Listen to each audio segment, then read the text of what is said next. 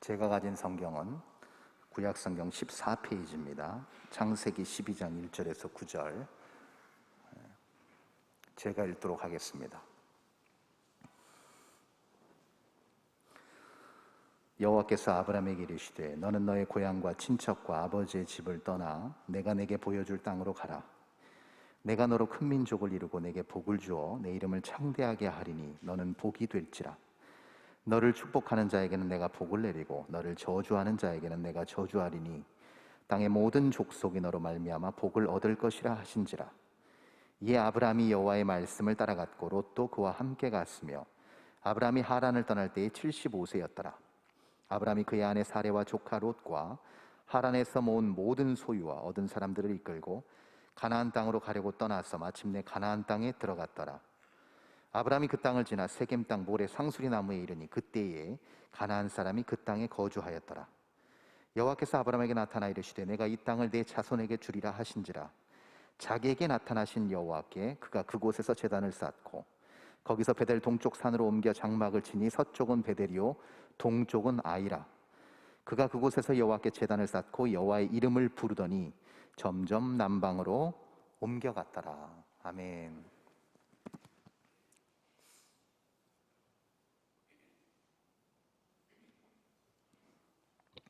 오늘의 본문은 모든 그리스도인들에게 아주 큰 위로가 되고 힘이 되는 그런 본문임과 동시에 매우 사랑받는 그런 본문입니다.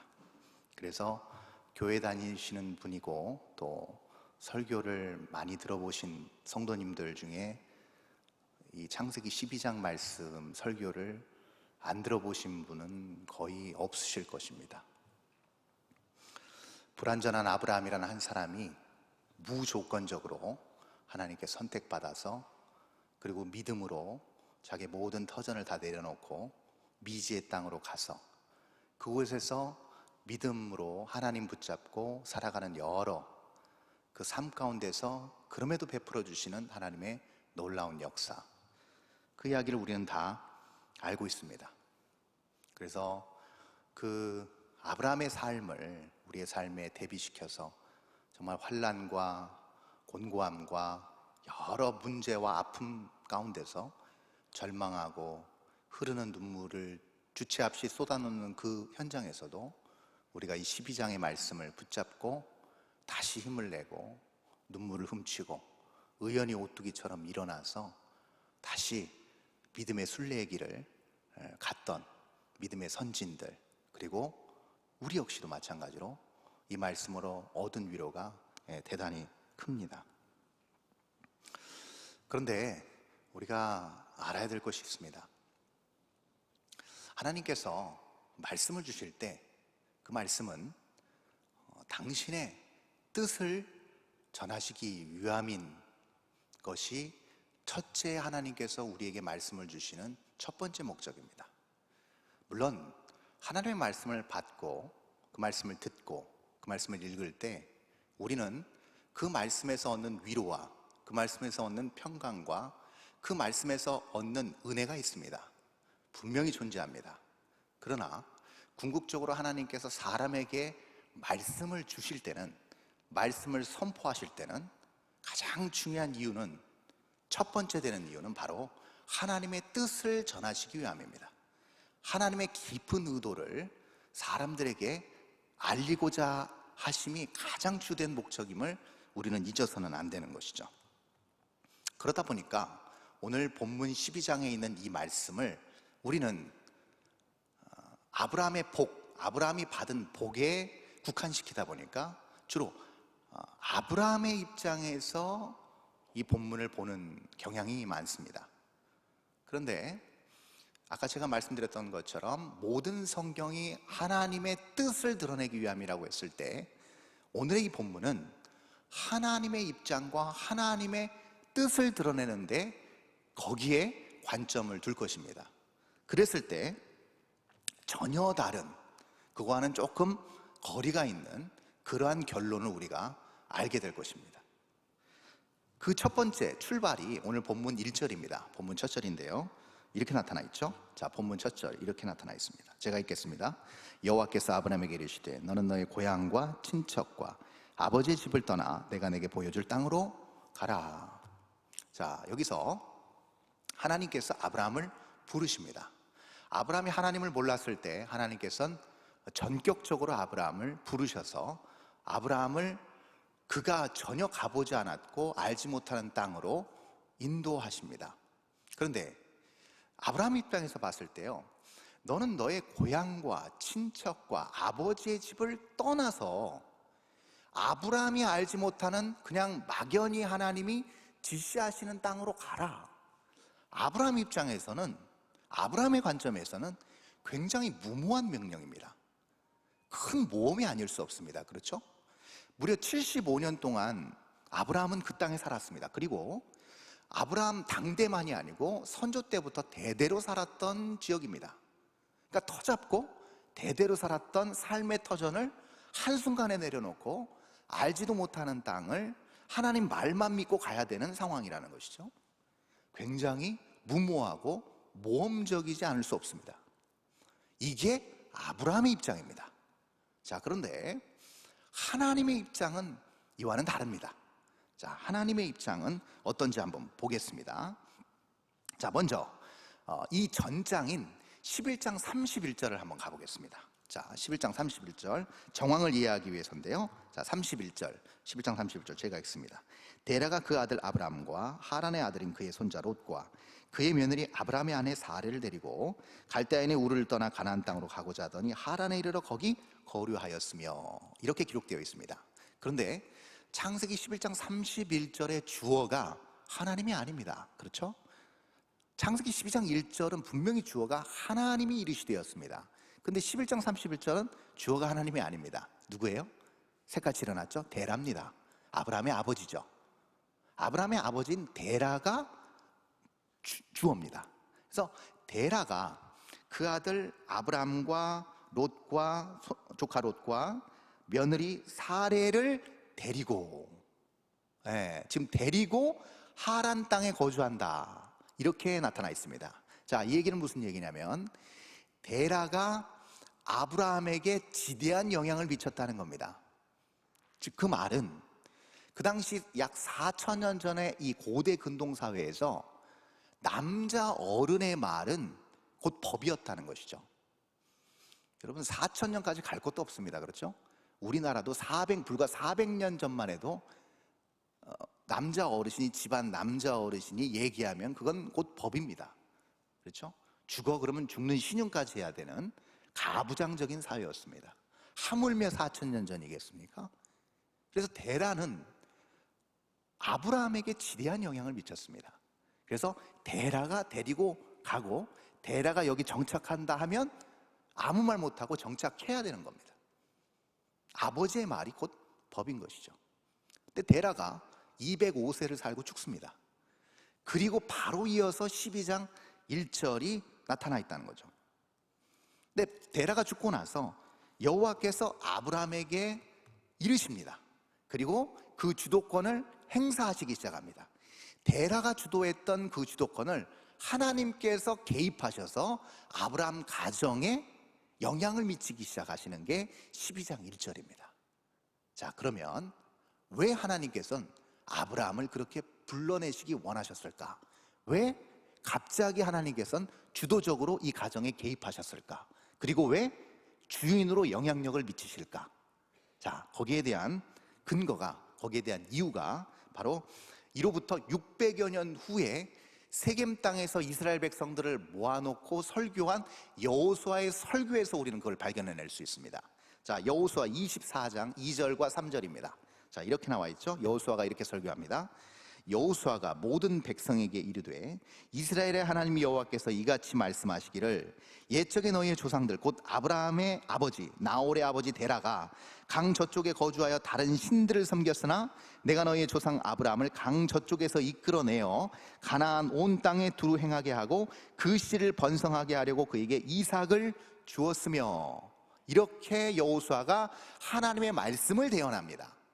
자, 그러면 아브라함의 입장에서는 지금 굉장히 무모한 명령을 받은 겁니다. 너 다 네 삶의 터전 다 내려놓고 빨리 이민 가, 이 얘기잖아요. 밑도 끝도 없이. 뭐 사업이 안 돼서 뭐 도저히 살 수 없어서가 아닙니다. 대대로 잘 살고 있는데 이걸 내려놓고 떠나라는 겁니다. 굉장히 부담이 컸겠죠. 무모할 수 있습니다. 아브라함 입장에서는요. 근데 잘 보시면 이 여호수아의 설교를 통해서 우리가 발견할 수 있는 게 뭐죠? 바로 하나님의 입장에서는 지금 데라와 아브라함이 하나님이 그 집안의 주도권을 행사하기 전에 삶이 어땠는지 말씀하고 계십니다. 다른 신들을 섬겼다. 데라가 강 저쪽에 살 때 그 강은 유브라테스 강입니다. 유브라데 강이죠. 그 당시 강 저쪽이라고 여호수아가 얘기했을 때 이스라엘 사람들은 다 알고 있었습니다. 아, 이게 유브라데 강 저편 중동 내륙 지역이라고 다 알고 있었습니다. 그 내륙 지역에서 데라가 살 때 뭘 섬겼다고요? 다른 신들을 섬겼다는 겁니다. 하나님이 아닌 다른 신들을 섬겼는데 하나님께서 어떻게 하셨다? 강 저쪽 편에서 하나님께서 주권적으로 이끌어내셨다는 겁니다. 자, 보십시오. 아브라함 입장에선 너무나도 무모하고 이해 안 되는 명령인데 하나님의 입장에서는 어떻습니까? 하나님의 입장에서는 전혀 무모한 게 아닙니다. 그렇죠? 이방신을 섬기면서 하나님을 멀리했을 때 결과를 우리는 다 알고 있습니다. 결코 그건 복의 길이 아니죠. 그건 심판과 멸망과 저주의 길일 수밖에 없습니다. 그러면 그 멸망과 심판과 저주의 길에 서 있고 그 길을 가는 데라와 아브라함을 하나님은 전격적으로 아브라함에게 이르시되 주권을 행사함으로 구원해내시고 이끌어내신 그런 형국이 된다는 것입니다. 그래서 여러분, 우리의 삶도 마찬가지입니다. 어떤 때는 하나님의 명령이 너무 무모하고 너무 이해 안 되는 때가 있어요. 그러나 우리가 잘 봐야 됩니다. 우리는 우리의 상황을 몰라요. 그러나 하나님께서는 분명한 사랑과 긍휼과 자비와 구원의 의도를 가지고 그렇게 우리에게 명령하시고 그렇게 우리에게 요구하신다는 것을 우리는 알아야 됩니다. 자, 여기까지 좋았습니다. 자, 그러면 12장 1절 뒷부분에 다시 우리 본문으로 가서 12장 1절 뒷부분에 그럼 너는 고향과 친척과 아버지의 집을 이제 떠나라. 떠나서 이제 내가 내게 보여줄 땅으로 가라. 이렇게 명령하십니다. 자, 이 보여줄 땅을 이렇게 표현하시지 않습니다. 보여줬던 땅으로 가라, 보여준 땅으로 가라가 아니고 보여줄 땅으로 가라 말씀하십니다. 자, 이게 무슨 얘기일까요? 이 얘기는 지금 아브라함이 한 번도 본 적도 없고 눈에 보여지지도 않는 하나님의 말씀만 믿고 갈 수밖에 없는 열려진 땅이라는 겁니다. 근데 그 열려진 땅을 가라 했을 때 이 가라는 정확하게 표현하면 걸어간다는 의미입니다. 짐승을 타고 가는 게 아니고 무슨 마차를 타고 가는 게 아니고 정확하게 두 발로 뚜벅뚜벅 걸어감을 의미합니다. 자, 그럼 이 얘기 무슨 얘기일까요? 너는 너의 고향과 친척과 아버지의 집을 떠나서 이제 내가 열어놓은 복을 한 단계 한 단계 밟아서 완성시키라는 얘기입니다. 이 놀라운 비밀이 여기 1절에 숨어 있습니다. 자, 이 얘기 무슨 얘기일까요? 자, 보십시오. 우린 다 알고 있습니다. 아브라함이 어마어마한 복을 받았고 그 복을 우리도 사실 부러워합니다. 이 복을 누가 이렇게 쉽게 받을 수 있겠습니까? 엄청난 복이죠. 근데 보십시오. 자, 이 복이 2절, 3절에 나와 있는데요. 여러분, 이 복을 설명하기 전에 우리가 이걸 알아야 됩니다. 우린 이 복의 스케일을 알고 있습니다. 그런데 아브라함이 이 복을 얻을 만큼의 준비가 되어 있느냐, 이건 다른 문제입니다. 그렇죠? 마치 이것과 같습니다. 초등학생에게 고급 외제 승용차를 선물로 줄 수 없는 이유와 똑같습니다. 왜 그렇습니까? 운전을 할 수가 없잖아요. 면허증이 없는 초등학생에게 1억이 넘는 고가의 고급 외제 승용차를 선물한들 그것이 과연 의미가 있겠느냐는 것이죠.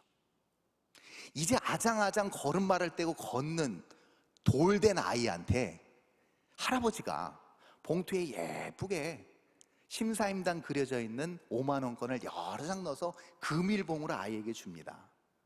그 아이에게 그것은 무슨 의미가 되겠습니까? 그냥 노란 종이에 그려져 있는 할머니 그림 있는 색종이 그 이상이 될 수 없습니다. 똑같은 의미입니다. 하나님의 원대한 축복과 하나님께서 예비하신 그 창대한 그 복을 과연 아브라함이 수용할 수 있겠느냐? 못한다는 것이죠. 그래서 단계가 필요한 것입니다. 자, 그러면 이 복이 어느 정도 규모고 어느 정도 이게 감당할 만한 것인지 그 규모를 한번 가늠해 보겠습니다. 자, 2절과 3절, 먼저 2절을 보겠습니다. 2절에 이렇게 나타나 있죠. 내가 너로 큰 민족을 이루고 내게 복을 주어 내 이름을 창대하게 하리니 너는 복이 될지라. 이렇게 나타나 있습니다. 자, 여러분, 큰 민족을 이룬다. 실제로 아브라함은 정말 아브라함을 시조로 해서 큰 민족이 이루어졌습니다. 사실 이스라엘 안에 살고 있는 유태인들은, 이스라엘 사람들은 그렇게 많지는 않습니다. 우리나라 인구보다 훨씬 적습니다. 그러나 전 세계에 흩어져 사는 그 유대인들의 인구와 그들의 경제적, 정치적, 학문적 영향력은 지대합니다. 그렇죠, 여러분? 저야 여러분이 그거 다 아는 사실입니다. 유대인들의 전 세계를 향한 그 영향력은 대단합니다. 맞아요. 큰 민족을 이루었습니다.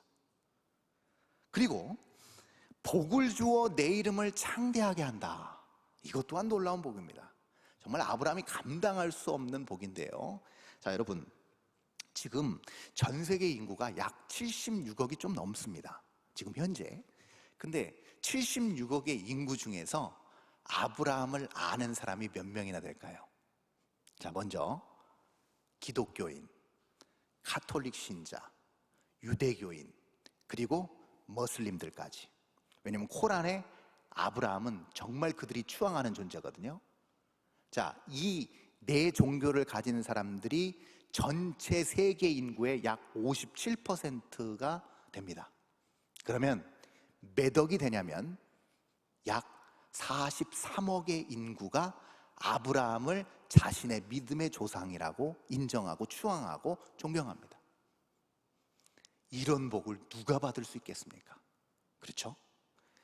그 자손들이 전 세계에 엄청난 영향을 끼치고 43억의 인구가 지금도 아브라함처럼 살겠다고 열심히 돌을 닦고 있는 이 상황, 엄청난 복인 것이죠. 자, 그런데 여기서 의문이 하나 듭니다. 자, 이제 아브라함 입장으로 한번 가보겠습니다. 이게 아브라함에게 무슨 의미가 있을까요? 자, 아브라함이 175세 살았잖아요. 175세 사는 동안 이 축복을 받았습니까? 못 받았습니다. 못 받았어요. 그는 누리지 못했습니다.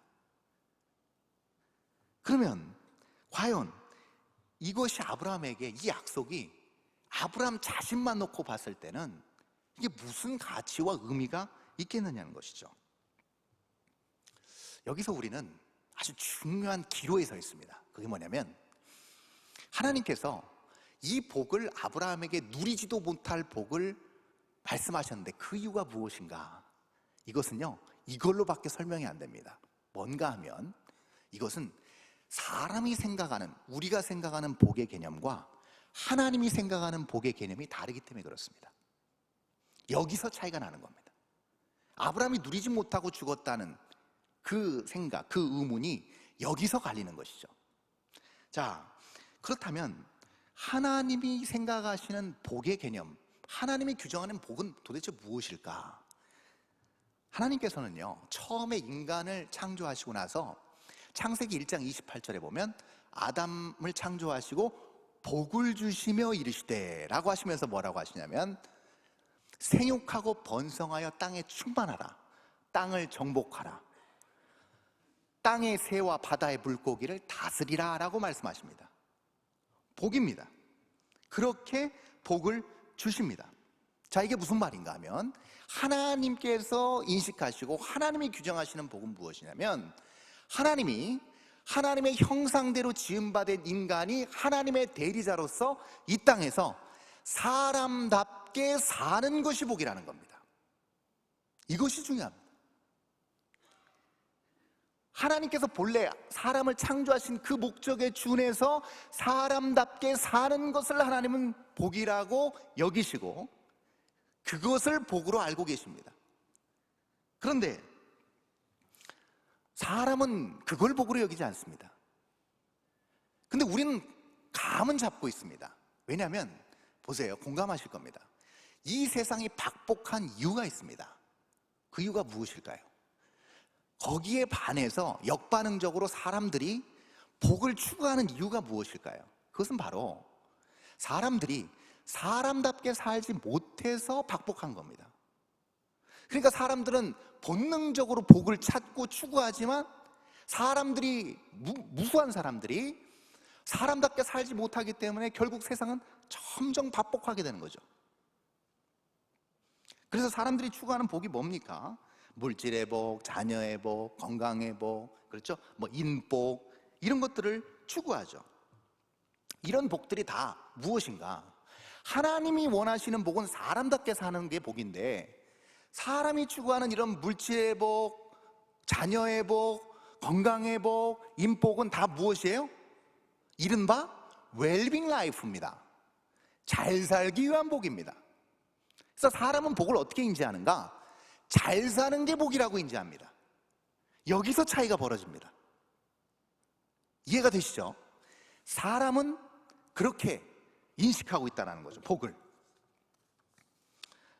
그래서 이 사람들이 이러한 잘 살기 위한 노력, 또 잘 살기 위해서 복을 바라는데, 여러분 우리는 또 알고 있습니다. 우리가 영적인 사람이기 때문에 우리는 또 알고 있습니다. 그건 뭐냐면, 설령 물질의 복, 자녀의 복, 건강의 복, 인복, 모든 잘 살기 위한 복을 다 갖춰놓고 그걸 다 받았을 때 그것이 결국은 시편 1편에서 얘기하는 복 있는 사람의 삶과는 정반대되는 삶으로 살 확률이 높다는 걸 압니다. 뭐라고 얘기하죠? 죄인의 길에 서지 아니하며 오만한 자의 자리에 앉지 않는다고 복 있는 사람을 규정합니다, 성경은. 근데 우리는 알고 있습니다. 이러한 잘 사는 요소들이 다 우리 안에 들어와 있을 때 우리는 죄인의 길에 서고 오만한 자의 자리에 앉아서 오만하게 행할 확률이 오히려 굉장히 높아진다는 것이죠. 그렇다면 궁극적으로 하나님께서 원하시는 그 본질적 구체적인 복은 그러면 무엇일까?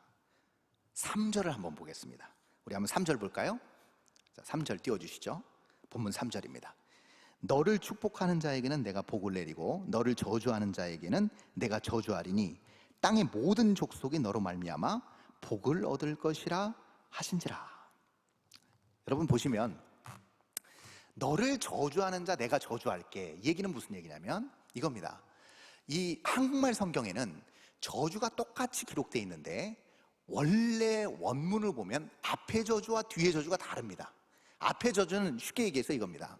자, 귀하게 여겨지는 것, 가볍게 여겨지는 것을 가볍게 여기고 멸시하는 저주를 얘기합니다. 자, 예를 들면 하나님의 사랑, 십자가의 놀라운 은혜를 우리는 너무나도 귀하고 존귀하게 여깁니다.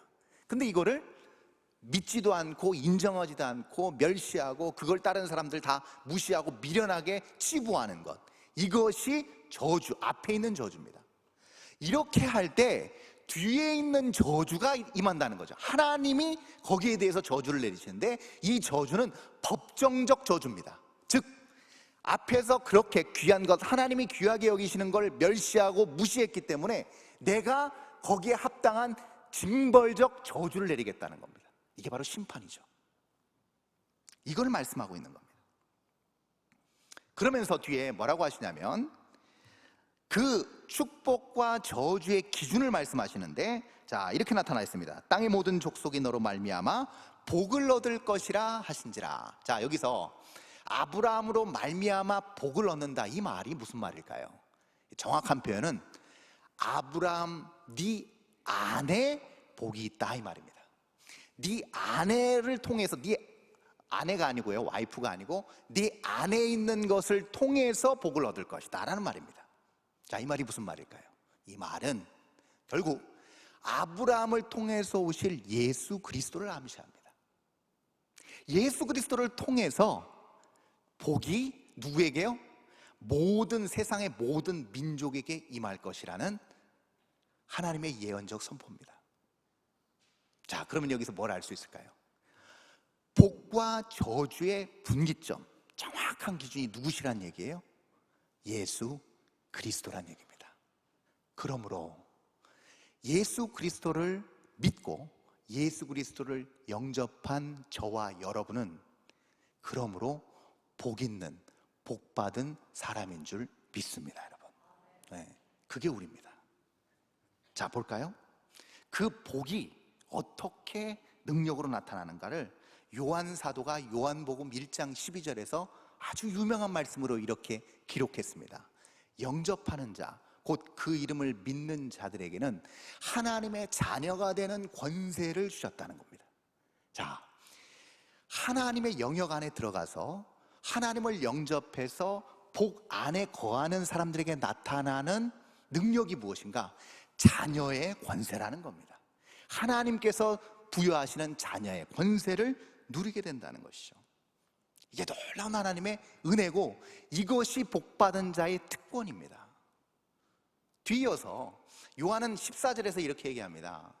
그 기점, 예수님이 복과 저주의 기점이 된다는 것을 이렇게 설명하는데요, 기준이 된다는 것을 이렇게: 말씀이 육신이 되어 우리 가운데 거하심에 우리가 그의 영광을 보니 아버지의 독생자의 영광이요 은혜와 진리가 충만하더라. 자, 이 얘기 무슨 얘기냐면 이거죠. 결국은 하나님을 영접하고 하나님의 말씀을 따르는 것이 복인데, 복을 하나님께서 사람답게 사는 것으로 규정하고 계신데, 예수님께서 우리와 똑같은 육신을 입고 완벽한 참 사람으로 오셨다는 겁니다. 즉 다시 말해서 처음에 하나님께서 의도하신 사람을 만드신 그 계획, 그 모습 그대로 예수님께서 표본적으로 롤 모델로 오셨다는 겁니다. 은혜와 진리가 충만하다는 그 얘기는 뭐냐면 하나님의 그 계획과 의도가 1%, 0.001%도 빠짐없이 완벽하게 사람다운 참 모습으로 오셨다는 겁니다. 그것을 요한복음 서두에서 요한이 선포하고 들어가는 겁니다. 매우 중요한 말씀이죠. 그러므로 이 땅에서 하나님이 원하시는 복된 삶, 다시 말하면 사람답게 사는 삶을 위한 가장 중요한 도구는 무엇이 될까요? 그래서 말씀이 되는 것입니다. 왜요?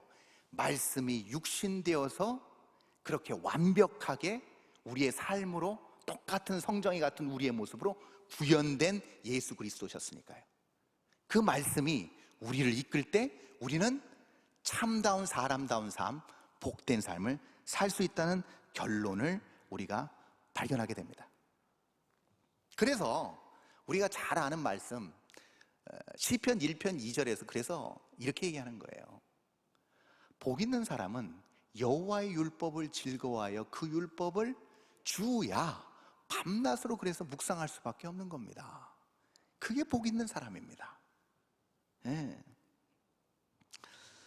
여러분, 그러나 사람이 잘 살기 위한 것을 복으로 여기기 때문에 자칫 그리스도인들도 범할 수 있는 오류가 뭐냐면요, 이거예요. 우리가 신앙이 있습니다. 우리가 말씀을 받았어요.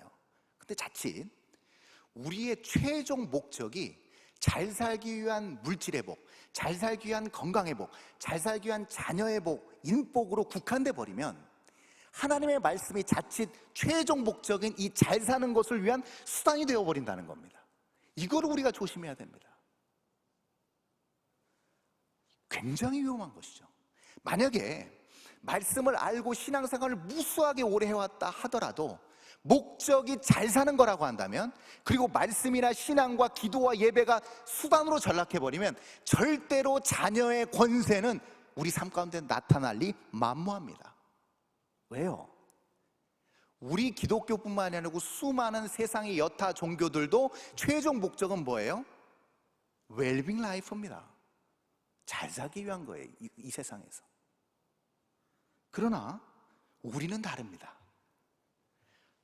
아브라함이 가나안 땅, 약속의 땅을 향하여 첫 발을 내딛을 때 이 작업을 했습니다. 이걸 스위치하는 작업을 했습니다. 하나님의 말씀과 약속을 최종 목적에 두고 다른 모든 자기 주변에 있는 자원과 재능은 다 수단과 방법으로 내렸습니다.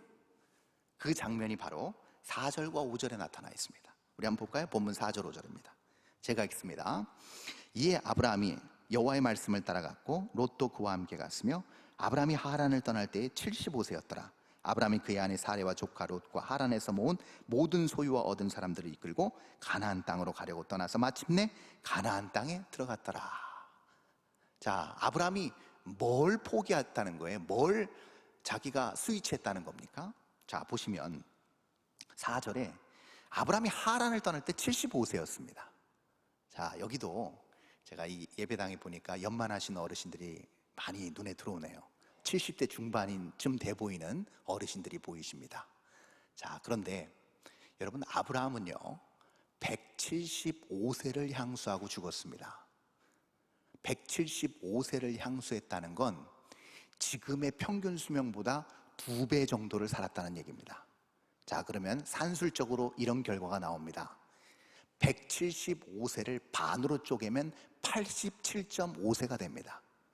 그럼 보통 현대인들이 남자가 87.5세를 살다 죽는다고 가정했을 때 아브라함이 하란을 떠났을 당시 75세였으니 75세를 반으로 쪼갠 것보다 더 쪼개야 됩니다. 더 적은 수입니다. 그러면 아브라함이 하란을 떠났을 때의 모습은 최소한 여기 있는 오하노 목사보다 10년 이상 젊어 보여야 됩니다. 30대 중반이나 후반의 모습입니다. 건장한 청년입니다. 그렇죠?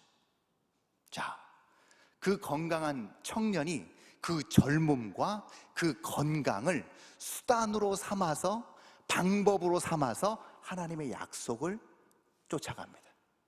5절에도 보면 하란에서 모은 모든 소유와 얻은 많은 사람들을 다 뭐예요?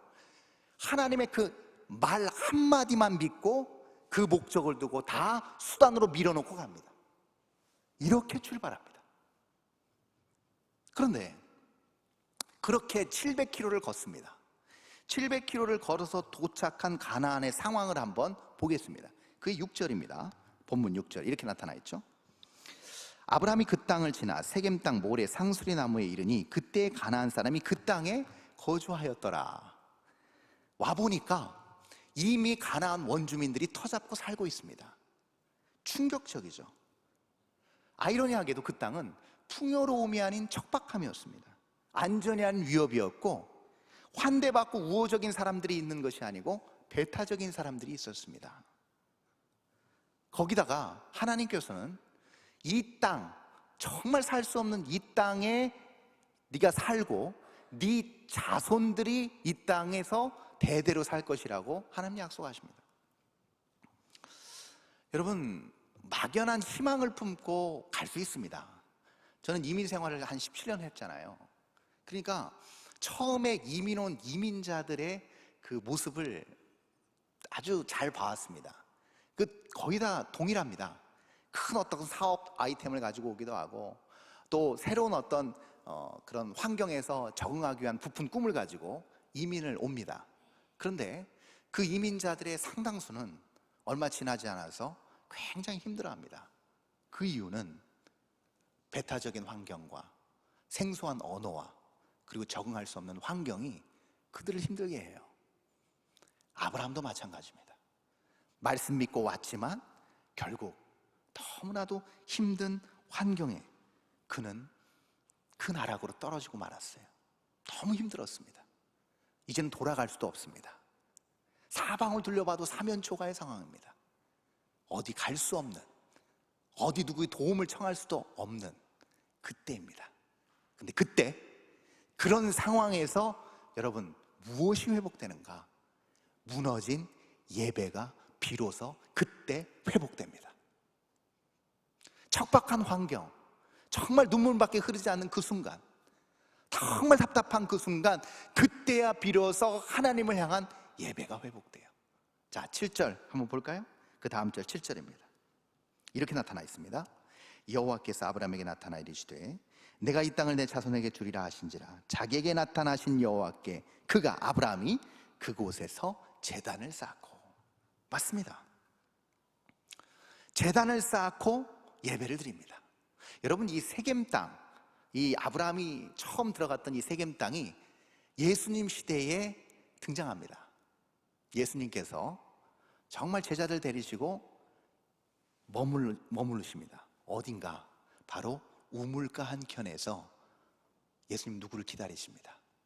12시 정오에 강렬한 땡볕이 내리쬐는 그 아무도 물기르러 오지 않는 그 시간에 한 여인 하나가 큰 항아리를 들고 쓸쓸히 두레박을 끌어올립니다. 그때 예수님께서 말을 건네십니다. 나에게 물 한 잔 줄 수 있겠냐고. 거기서부터 이야기가 시작되면서 예수님 갑자기 물으십니다. 내 남편을 데려오라. 그랬더니 이 여인이 나에겐 남편이 없습니다. 그 말이 맞다. 너에게 전에 있던 5명의 전 남편도 네 남편이 아니었고 지금 그 남자도 네 남편이 아니다. 여인이 깜짝 놀랍니다. 그러면서 주제가 어디로 넘어가는가? 예배로 넘어갑니다. 그러면서 이 여인이 이렇게 묻습니다. 유대인 선생님, 유대인들은 이 산에서 말고, 우리 조상들처럼 이 산에서 말고 예루살렘에서 예배를 드려야만 하나님께서 받으신다고 하는데 어찌 생각하시는지요? 이렇게 묻습니다. 자, 이 정황을 통해서 우리가 알 수 있는 게 무엇이냐면, 이 여인이 아무 도움도, 자기 인생을 스스로 바꿔보기 위해서 무려 5번이나 인생을 바꾸기 위한 시도를 했습니다. 지금 현재도 남편만 바꾸면 자기 인생이 바뀔 줄 알았습니다. 환경이 개선될 줄 알았어요. 그리고 그게 잘 사는 웰빙의 삶인 줄 알았습니다. 그런데 목마른 거예요. 갈급한 거예요. 아무도 자기를 인정해 주지 않는 겁니다. 심지어 그 여인은 그리심산에 자주 올라갔던 것 같습니다. 엿볼 수 있잖아요, 이 질문을 통해서. 아무리 하나님 앞에 제사를 드려봐도 도무지 자기 삶에서 채워지지 않고 변화되지 않는 똑같은 삶을 그는 한탄했을 것입니다. 그때 예수님께서 이렇게 말씀하십니다. 이 산에서도 말고 예루살렘에서도 말고 하나님께 온전히 예배할 때가 오나니 곧 이때라. 즉 예배의 주체, 예배의 주인공, 예배를 받으실 주인공이 네 앞에 여기 서 있다, 이 말입니다. 내가 너를 만나 이 자리에 있다. 너와 나의 만남이 이루어졌다 라고 말씀하십니다. 그러시면서 뭐라고 하시냐면, 하나님께서는 이렇게 예배하는 자들을 찾으신다. 즉 만나 주신다는 거예요. 사마리아를 통과해서 그 수가성에 들어가신 이유가 바로 그겁니다. 그 간절한 그 여인의 그 예배를 받으시고, 그 간절한 하나님을 향한 그 마음을 받으시고 예수님 그 여인을 기다리시고 거기서 만나주신 거예요. 그러면서 4장 23절에서 주옥같은 말씀을 남기십니다. 하나님은 영이시니 예배하는 자가 영과 진리로 예배할지니라. 어디서든지 무소부재하신 어디나 계신 우리 하나님이 그 자리에서 하나님 힘듭니다, 하나님 만나주세요, 하나님 도와주세요, 하나님의 뜻을 구합니다 했을 때 하나님은 언제나 그 자리 그 장소 임재하셔서 만나주신다는 겁니다. 진리의 약속을 붙잡고 나아갈 때 예배입니다. 예배가 그렇게 회복되자 수가성은 한 번에 뒤집어집니다. 성 전체가 바뀌었죠. 여기 계신 분들 중에 혹 사방을 아무리 둘러봐도 현실이 바뀌지 않는 답답한 상황을 계속 맞닥뜨리고 계속 그 현실과 상황과 환경에 짓눌려 계시고, 아무리 누구에게 도움을 청하보려 해도 그런 도움의 손길을 찾지 못한 상황에서 한숨만 나오고 계십니까? 사업이 예전 같지 않고 가정에 불화가 있고 또 건강하던 몸이 예전 같지 않고 굉장히 불편하고 고장나고 아파서 병원 신세를 질 수밖에 없는 그런 상황에 처해 계신 분이 계십니까? 거기서 하나님의 이름을 부르십시오. 예배를 드리십시오. 하나님을 경배하십시오. 하나님을 찾으십시오. 하나님의 말씀에 더 간절히 더 집중해서 귀를 기울이십시오. 그 옛날 우물가의 여인에게 말씀하셨던, 살아서 역사하시는 그 예수님께서 우리를 그 현장에 찾아와서 만나주실 줄 믿습니다. 예. 여러분, 그러므로 이렇게 예배가 회복됐을 때 나타나는 현상을 우리는 주목해 볼 필요가 있습니다. 그것이 바로 8절입니다. 뒤에 있는 8절 한번 보겠습니다. 이렇게 나타나 있죠. 거기서 베델 동쪽 산으로 옮겨 장막을 치니 서쪽은 베델이요 동쪽은 아이라. 그가 그곳에서 여호와께 제단을 쌓고 여호와의 이름을 부르더니. 자, 보십시오. 예배가 회복되면서 오히려 아브라함과 그 가족들은 밑으로 쫓겨갑니다. 그래서 처음에는 세겜이란 도시에 들어갔어요. 근데 예배가 회복됐는데 오히려 지금 어디로 갑니까? 도시로도 못 들어가고 산속으로 들어갑니다. 산속에 말뚝박고 텐트 친 거예요. 그래서 베델과 아이성 사이 약 3.2km 사이에 있는 산이 있는데 그 산으로 들어간 거예요. 근데 그때 아브라함의 반응입니다. 더 절망적이고 더 환경이 안 좋아졌음에도 불구하고 비로소 아브라함은 그때 여호와의 이름을 부릅니다. 이게 뭘까요? 여러분, 이름을 부른다, 이거는요, 예를 들어서 이거예요. 어디 지하철을 타고 사람이 많은 빼곡한 곳으로 갔습니다. 광화문 막 집회를 하는데 거기를 거닐고 있어요. 다들 마스크 쓰고 막 이거 막 하고 있는데, 그때 저기 멀리서 정말 30년 전에 나랑 절친했던 친구가 여기 눈만 보이는데도 알아볼 수 있었어요. 그때 첫 반응은 뭡니까? 저의 첫 반응은 뭐겠어요? 그 친구 이름 석자 부르는 거 아니겠습니까? 야, 아무개야. 그 친구가 저도 역시 알아보고 어떻게 하겠습니까? 야, 오한호야, 이렇게 부르지 않겠습니까? 자, 30년 전에 가끔씩 그 친구 뭐 하고 있을까 종종 생각났던 그 친구를 광화문 한복판에서 그렇게 만났을 때 30년 만에 얼마나 반갑겠습니까? 그리고 들어가서 야, 우리 이렇게 갈 수 없다, 우리 차 한잔 하자고 1시간 동안 얘기하면서 무슨 얘기 하겠습니까? 뭐 어떻게 지내니? 그리고 더 시간이 지나면 무슨 얘기 할까요? 30년 전에 야, 우리 이렇게 했지, 우리 이렇게 선생님한테 혼나기도 했지, 우리 이렇게 분식점에서 맛있는 거 먹기도 했지, 이런 얘기 하지 않겠습니까? 하나님의 이름을 부른다는 것, 그리고 하나님이 나의 이름을 부른다는 게 무슨 의미냐? 즉 30년 전에 그 시간 동안 그 친구와 나와 공유한 시간, 공유한 장소가 존재한다는 겁니다. 이름을 부름으로 같이 그것이 다시금 기억 속에서 공유되는 겁니다. 이게 은혜의 회복입니다. 우리가 십자가를, 그 2000년 전에 그 놀라운 십자가를 다시 붙들고 그 십자가에 달리신 예수 그리스도, 그 놀라운 사랑과 그 사망을 끊고 부활하신 주님을 부를 때마다 느껴지는 동일한 감정, 공유되는 하나님의 사랑, 바로 이겁니다. 그래서 성경에서 수많은 선지자들이 동일하게 얘기한 거예요. 너희들은 기억하라. 어떻게 내가 애굽에서 너희를 인도했는지, 어떻게 너희를 인도했는지 너희들은 기억하라. 예배 회복에서 정점은 어딘가? 바로 하나님과 나와 모든 과거의 그 모든 은혜가 공유되는 순간입니다. 이것이 공유되니까 어떻게 될까요? 미래가 암울할 리가 없습니다. 미래가 그래서 불투명할 수가 없습니다. 보세요. 예배가 회복되면서 30년 전에 그렇게 내가 눈물 나고 힘들었을 때, 그렇게 하나님을 붙잡고 기도했을 때 하나님이 30년 후에 나를 이렇게 세워주셨는데, 어찌 지금 힘들다고 해서 앞으로 1년, 2년, 3년이 암울할 수 있겠습니까? 그 신실하신 진리의 하나님 앞에 내가 서서 그분과 그 놀라운 하나님의 역사와 그 국률하심과 자비를 공유하는 내가 어찌 의심할 수 있겠습니까? 절망할 수 없는 겁니다. 그래서 예배의 회복은 다시금 우리를 일어서게 만드는 겁니다. 다시금 우리를 전진하게 만드는 거죠.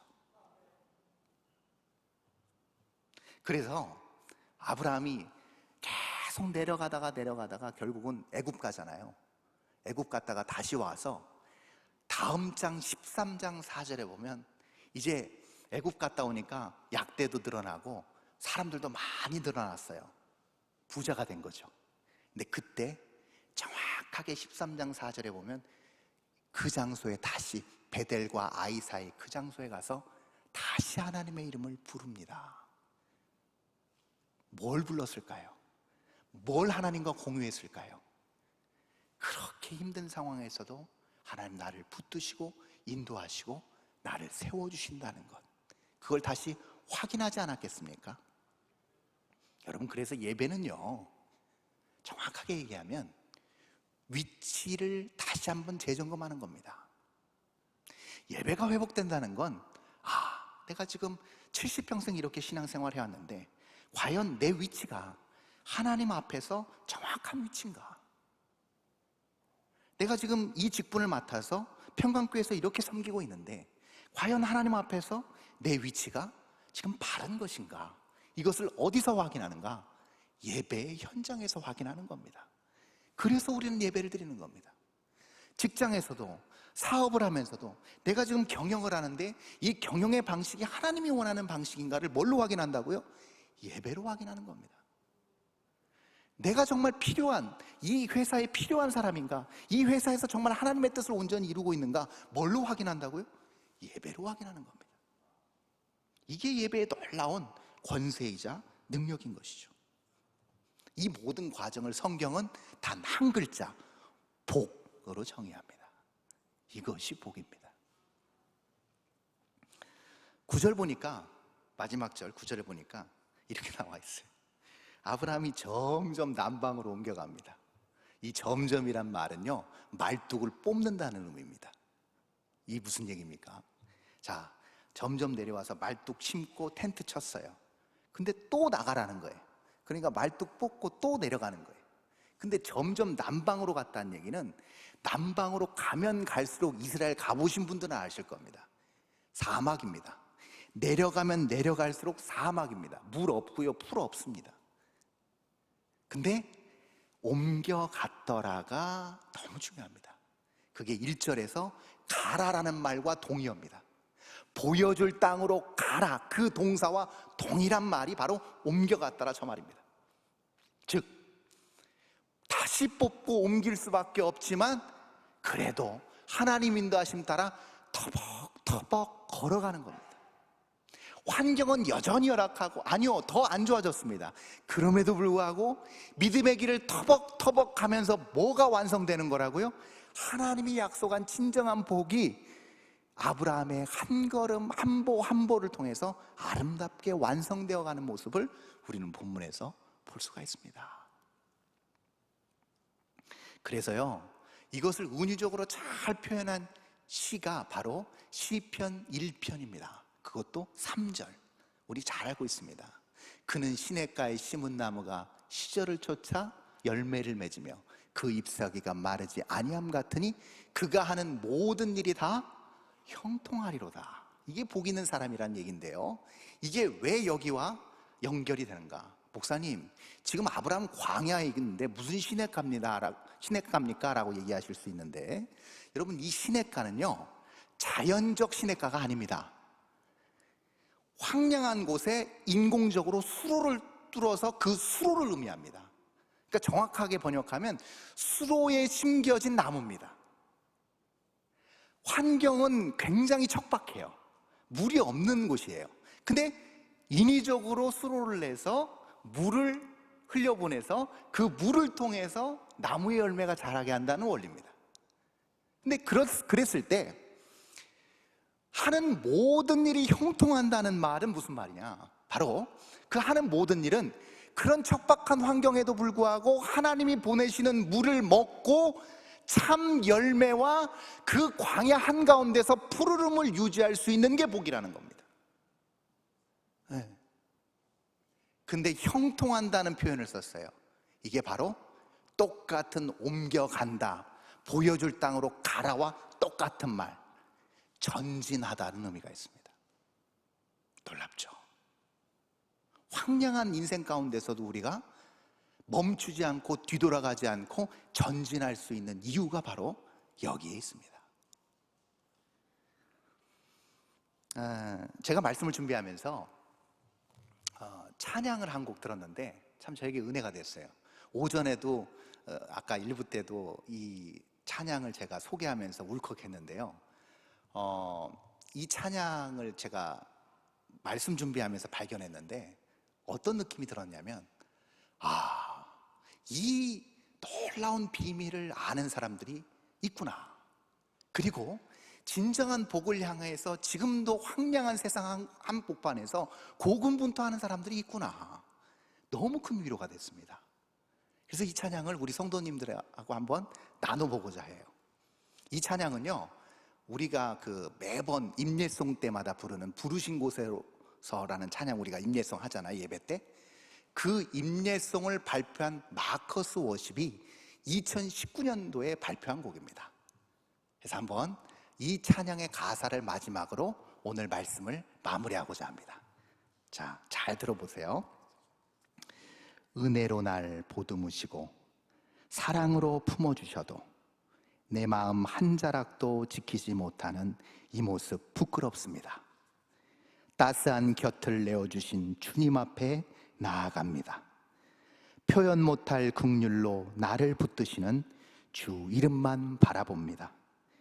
매일 마주한 슬픔을 견뎌나가며 주 예수의 마음을 닮아가네. 두려운 걸음마다 주가 동행하니 주 의지하며 오늘을 걷네.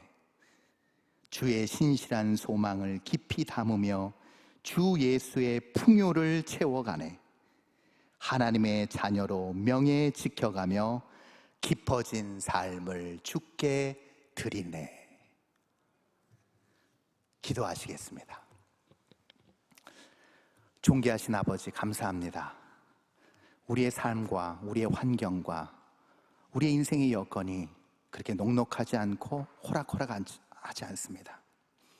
심지어는 영구적인 몸의 불편함인 장애를 입고 살아가는 성도들도 있습니다. 그러나 하나님, 그 가운데서도 황량한 그 한복판에 수로를 내셔서 그 수로의 물을 통하여 풍성한 열매를 맺게 하시고 푸르름을 유지하게 하시는 참 복을 누리게 하여 주시니 감사합니다. 이것을 복으로 알고 하나님을 영접한 하나님의 자녀가 되는 권세를 누리는, 그리고 그것을 통해 놀라운 하나님의 역사를 나타내고 영광 돌리고 이 척박한 세상을 아름답게 변화시키는 주역이 다 될 수 있도록 우리를 온전히 사용하여 주시옵소서.